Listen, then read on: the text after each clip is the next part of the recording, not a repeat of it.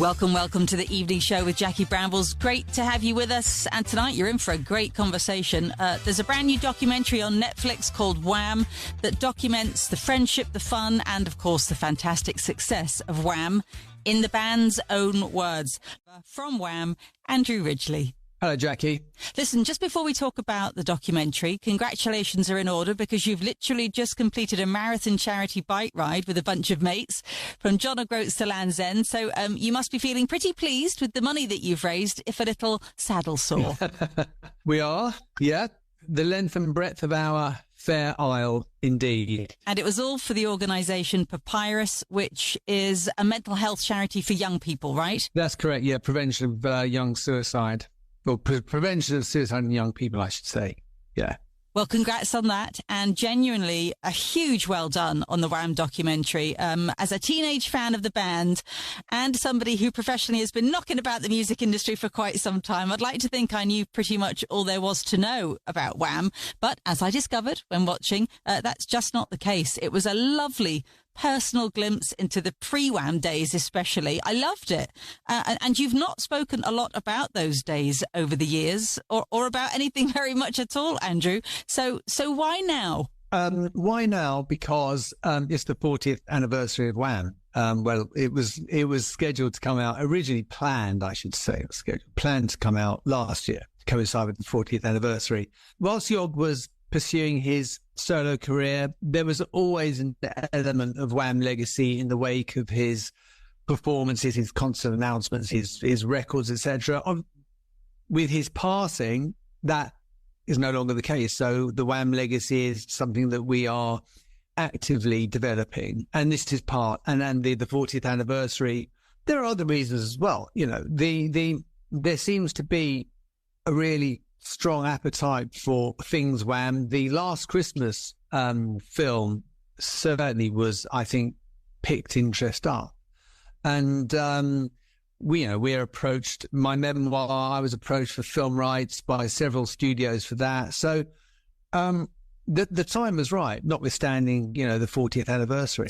And do you sort of feel like you have enough distance from it now to have an appreciation for it, perhaps without such an emotional attachment to it? As we all do as we get older, we can look back on events, good and bad, with a kind of a more mature, wiser mindset than we had when we were going through it or immediately in the aftermath. Yeah, I don't think my perspective on it has changed in 40 years. I was never consumed to the point that I lost perspective. They were goals that we had set ourselves. Wham was the representation, the manifestation, I say, of our youthful friendship. But I was never carried away by it. So I don't think I ever had a perspective that was, and I think the film, the documentary, illustrates that to a degree. The things that I said at the time are still the things that I recall being the truth and fact now. So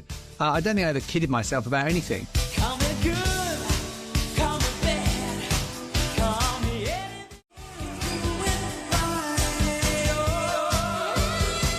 Wham! I'm your man, and Andrew Ridgeley is here with us on our great conversation to talk about the new Wham documentary that's just been released. It really is it's a great watch, Andrew, and there's many varying threads interwoven through it. The biggest, strongest thread to me is the friendship. I think one of my favourite parts is at the very beginning of the documentary when we saw a picture of a bespectacled George, pretty young, maybe 12, new boy in class who wants to look after the new boy, and Andrew Ridgeley put his hand up, and that started, that's when Wham started, really. It was that day, and it's that thread of friendship that really never seemed to waver as far as we're concerned watching the documentary throughout. It's just beautiful, actually. Well, that's flattering, and I think you're right. The friendship and the bond that we established together as kids was a really strong one. And we felt great affection for each other and derived an awful lot of pleasure from each other's company. We were, as school kids are, you're immersed in each other's company and lives. It to an extent that it doesn't happen again in life, really. Maybe, with your wife or husband or whatever. But it's a formative time. It's a crucible of friendship forming, and it endured. You know, we were friends, you know, for life.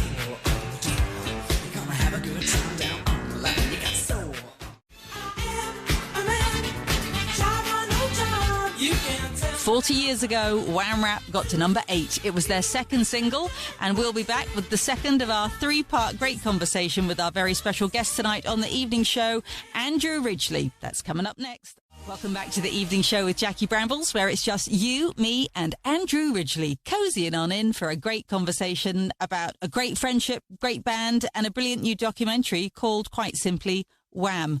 Andrew, we talked before the break about this really rich seam of friendship running throughout the story. You just seem to be having such a laugh most of the time. There's some really early footage I loved of almost, what would you call it, DIY PR, when you're obviously being interviewed. I don't know if it was local telly or kids telly or something, and you've got the microphone and you're interviewing your old headmaster, and it's all, you know, so fun and so sort of cheeky chappy. That you can see there's this really solid, really solid ground of friendship and just the desire to have fun. It was a central theme of our, you know, our relationship, and we, whilst we took the writing of the songs and recording them and performing seriously, although we had fun on stage as much as we did anywhere else, to be honest, but we weren't going to take ourselves and portray ourselves, convey our image as being as serious, and there was no sense of self-importance or seriousness about Wham. It was not that. That was not our friendship, and our friendship set the context that was Wham. You know, Wham existed because of that, and it was, as I said earlier on, it was a manifestation of that. It was inseparable from, you know, Wham was more than the sum of its parts. But as was, you know, our friendship was something that individually we weren't the same as we were when, you know, we were connected, as it were. So that gave it, I think, its unique appeal. I think people can see that. I think it's an attractive thing, and it was always set in a context of not taking, of being tongue in cheek and but carefree, really, more than anything else. We didn't. It was an incredible chapter, golden chapter in our lives and development career. Dear mommy, dear daddy, you have plans for me. Oh yeah, I was your bad boy, stick together, never. That's Bad Boys, and there's an unexpectedly interesting story about that track in the documentary, which I won't spoil for you now. Andrew Ridgeley is our very special guest on tonight's great conversation, and we're talking about the new Wham documentary. Something else I learned from it, to a much greater degree than I had previously known, was just how fully formed and grounded an individual you have always been. And I don't mean that as a sort of a complimentary way. I just mean in an almost a psychological assessment way. You were very sure of who you were before Wham, during Wham. Psychological assessments code. Yeah, that was my take. Is you had a crazy time, as you would do, as anybody would do when you became a massive worldwide global superstar. But actually, it never knocked you off your perch. And I think that was the difference between you and George. Is he didn't have that. He didn't have that surety as a person ever. And the success is kind of was trying to fill that hole up.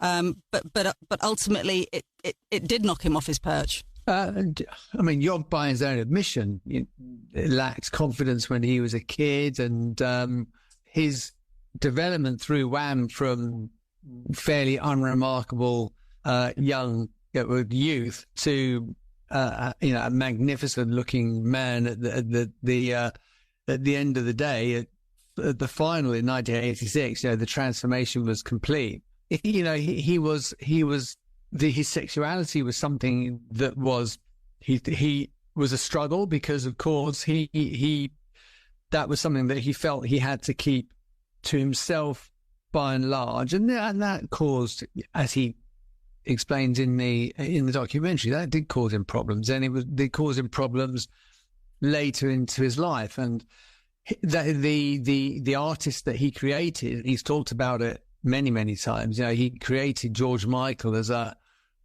persona by which to pursue his art and his artistic destiny. It wasn't always the most comfortable of arrangements for it. Yeah, his well-being was far more tied up in that, and there was a bit of an internal struggle in that sense. And so it did affect him, you know, not just in his youth, but in later in life. Let me take you to the place where never shakes a smiling face. But don't worry, you can start. Club Tropicana. It was the setting for George's coming out to both you and Shirley, Andrew. Shirley spoke about it last week when she was here. It's a track very dear to her heart. It's her favourite because after that there were just no secrets between all of you, and you were all very, very, very close. You already had been, but even more so after that. But another deeply meaningful track that sort of runs as subtext through Wham's story is Careless Whisper, from well before anybody had ever even heard of Wham, all the way through to becoming the stunning platform on which George began his massive solo career, because it was actually one of the very first songs that the two of you wrote together. And you're actually the one who laid down the first sort of chord structure of that song. And from what I can gather from the documentary, you worked on that. The two of you worked on that on and off throughout all the craziness of Wham, and you know, right up until when it was released. And it was sort of always in the background. The growth of what was to come was always in the background, but it started with you. And I think there's a very big part of the documentary that makes you realise that, and again, I'm not gushing, that I don't think there would have been a George Michael without an Andrew Ridgeley. Perhaps not, but it's equally, and he says it himself. So you know, he says in the documentary that and I'm quoting, Andrew was the type of person I needed to become the person I was going to be. So he was very self-aware. He knew, and he was very self-aware of that. Certainly in hindsight, at the time, most likely as well, though it was never a feature of our friendship as such. Insofar as I don't think it was a conscious thing necessarily. But yeah, we wrote Careless Whisper together. You know, my name is actually one of the songwriters on the credits, has been since 1984. But it was a track that didn't sit outside the sort of the Wham style. You know, it was one of the first three songs that we wrote, and we couldn't really see how it fitted in with the rest. And I mean, it was a real coincidence how it was conceived, because I'd come up with I was mucking about with chording versions and came up with the chord sequence, and he said to Yog, look, have a listen, because I think it'll make a great ballad. And I played it to him, and he said, I've got a melody that fits over that perfectly, which was the melody to it's the sax melody. Right. Right. Yeah, and from that point, we worked up the song. He developed the melody. We co-wrote the lyrics and the arrangement of the track. So yeah, and it stood outside as I said, the portfolio of songs that we had, and we couldn't really see how it could fit in on Fantastic. And well, it was on Make It Big. It was far more sat far more easily in the context of Make It Big than it would have been completely out of place on Fantastic. You know, one of the questions that you're sort of asked quite a lot by American interviewers in the documentary is, "Oh, Andrew, how are you feeling? You know, when Careless Whisper was sort of was happening." And I think in the documentary, George says that was getting tiresome for you to have to sort of respond to that.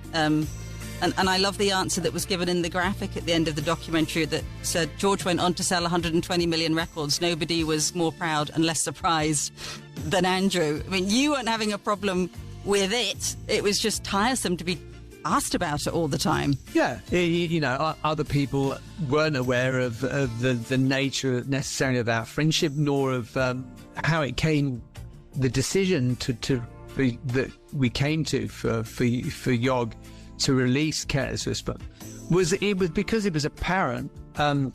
He asked me if I'd consent to it being released. I think it might have been after Wake Me Up, not quite sure, but his songwriting was developing. I was taking him he'd already written some very personal tracks in Nothing Looks the Same in the Light and Blue, which were forerunners of the George Michael style, really, the more introspective, self analytical lyrical content. And so he asked me if he could release Careless Whisper, and for all the reasons I said with regard to that, I couldn't really see it fitting in how it might fit into AMP. Obviously it does, and it did, but I was quite happy for him to do so, because I knew that it would be a really fitting sort of reveal to the public of him as a solo artist and songwriter. So I had no qualms about that whatsoever. It was our song. It didn't really matter who performed it, or it was Wham featuring George Michael in the States. It was George Michael over here. It was on the Wham album, so it was very much a shared song. That's the way we saw it, because we both had a part in his creation. So unsure. The way I dance with you. Careless Whisper, that was a hit in 1984, a couple of years before Wham ended, and of course was George Michael's first solo #1, written by George and Andrew. We'll be back with more great conversation on the evening show from our special guest, Andrew Ridgeley, next. Welcome back to the evening show with Jackie Brambles, and my very special guest tonight joining us for a great conversation is Andrew Ridgeley. Before the break, we were talking about Careless Whisper, showcasing George as a solo artist for the very first time. And it would be just about a year after that you were both at Live Aid, and he performed for the very first time with Elton John. I'm going to introduce a friend of mine now who's going to sing one of my songs. And this guy I admire very much for his musical talent more than anything else. So, on stage, Mr. George Michael. And Mr. Andrew Ridgeley.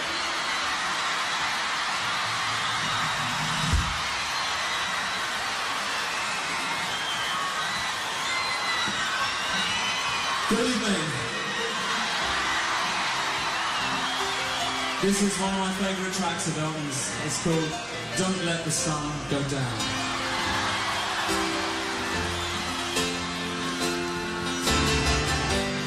I can't lie.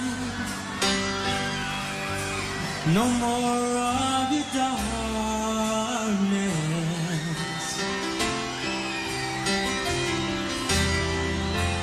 All my pictures seem to fade to black and white.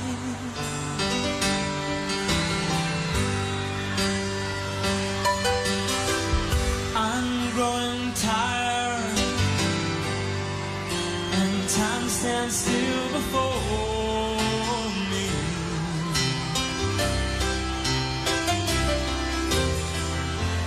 Frozen here on the ladder of my life.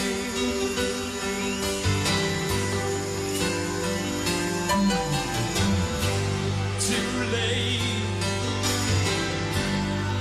to save myself from falling.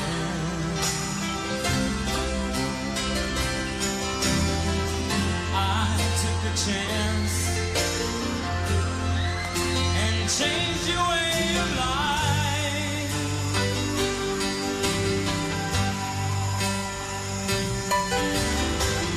But you misread my meaning when I met you.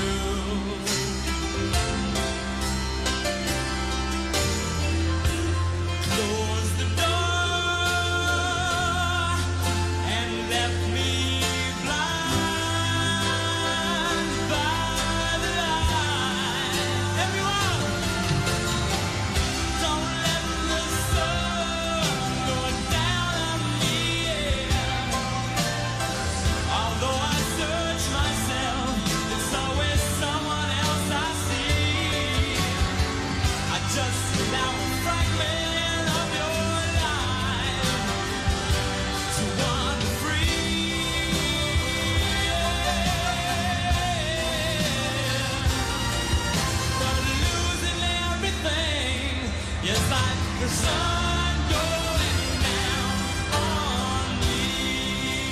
Elton John and George Michael singing Don't Let the Sun Go Down on Me for the very first time. That was 38 years ago tomorrow, a song that they would go on to do many, many times together over the coming years. But it was on that Live Aid stage, as Andrew says in the Wham documentary, it was that performance that was pivotal for George, emerging as an artist in his own right with nearly 2 billion people watching.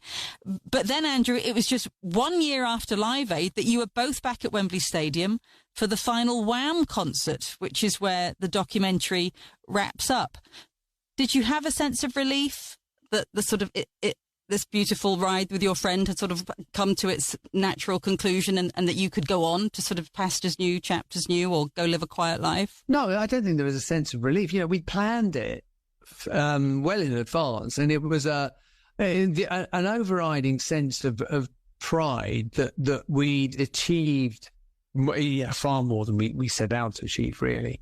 And it was a chapter that we knew had an ending. You know, Wham, as I said, Wham could never become middle-aged. It was inconceivable. The whole Wham was so much representation, and I've said before, of us as youths that we couldn't see. You couldn't take that into old age. It couldn't mature with us. Wham was going to be forever young, and it is. You know, it was. We weren't going to be performing Young Guns and Bad Boys at the age of 45. You could have sold that. I reckon you could have done it. Maybe, but we weren't going to try it. That's for sure. It was largely the sense of pride in our achievement. You know, of wonder, and really at how much we'd achieved, because we obviously wanted success, but we didn't conceive the scale of that success. It was as we achieved those goals, we set bigger and more ambitious goals. That's really how it happens. I think that's what ambition is. You know, you achieve one, you set another goal. So it was certainly nice to. I think both of us felt like we could do with a break at that point. It had been a really consuming part of our lives to actually sort of take a breather. George, he wasn't sure that he was going to go on and continue. Right. He wasn't quite sure what he wanted. He just knew that he needed a break at that point in time. But he couldn't avoid his destiny in that sense. It was unavoidable. It was so much a part of him that I don't think he could have done anything. What he wouldn't have done. I mean, it's ifs and buts, but the facts are that he could not have done anything else.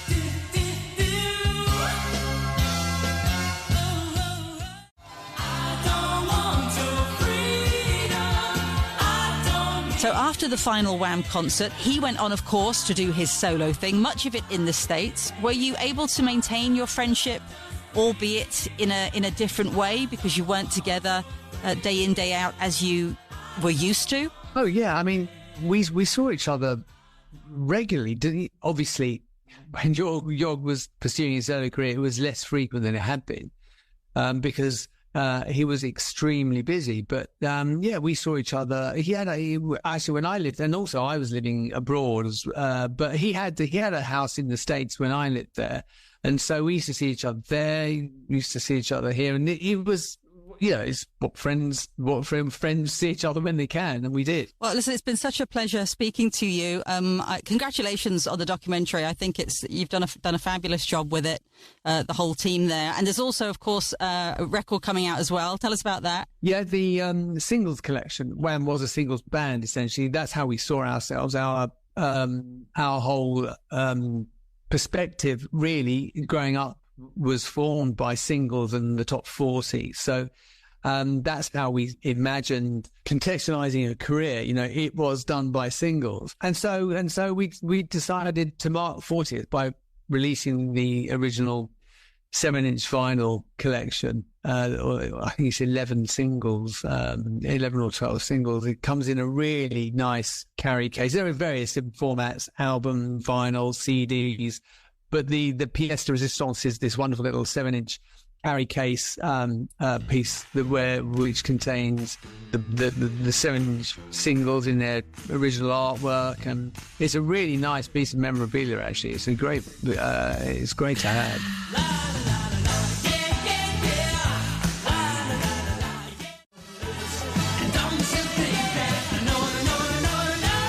Well, listen, it's obviously very sad that George isn't here to sort of enjoy the anniversary as well, but his voice was, throughout the documentary. It felt very much like your shared story. But wouldn't it have been lovely to have him here? It really would, yeah. Yeah, I think he would have, he'd have enjoyed it. And I think he'd have been, really rightly proud of it as well. I love that one line. I'll just finish with saying I love the line where I think you say it in the documentary. You say that you were the boy that every parent's nightmare of who you hope your son doesn't become friends with. I don't know whether it was me or York that said that, but there was no doubt truth in it. Yes, certainly. Certainly as far as his parents were concerned. Well, you did okay by him. I think they maybe have changed their mind by now. Yeah. Thanks, Andrew, so much. It's been such a pleasure. Thank you. It's very kind of you. Cheers, Andrew. All the best. Bye.